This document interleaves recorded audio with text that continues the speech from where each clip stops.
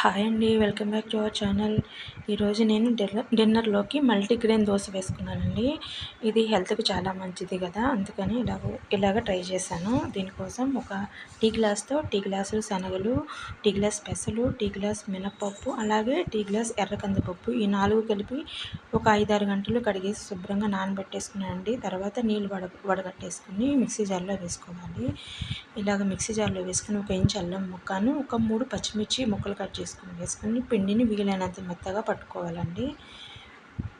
ఇలాగ మెత్తగా పట్టేసుకుని దీంట్లోకి టేస్ట్ సరిపడా ఉప్పు వేసుకోవాలి. ఆ క్లిప్ మిస్ అయిందనమాట. ఉప్పు వేసుకుని మన దోశ పిండికి కావాల్సినంత వాటర్ వేసుకుని ఇలాగ కలుపుకోవాలి. మరీ పలుచగా అవసరం లేదు.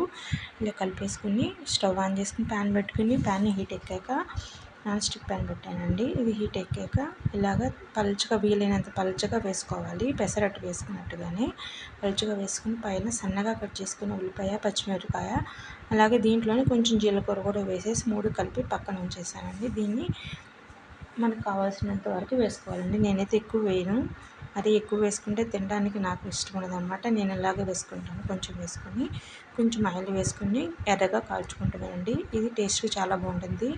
ఫైబర్ ఎక్కువ ఉంటుంది కాబట్టి హెల్త్కి చాలా మంచిదండి.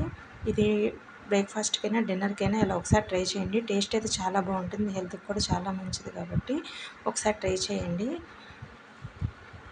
ఇదైతే టేస్ట్ చాలా బాగుందండి. ఇది పల్లీ చట్నీతో తింటే చాలా బాగుంటుంది. ఇష్టమైతే అల్లం పచ్చడి, టమాటో పచ్చడితో తినొచ్చు. నేనైతే పల్లీ పచ్చడి చేసుకున్నాను.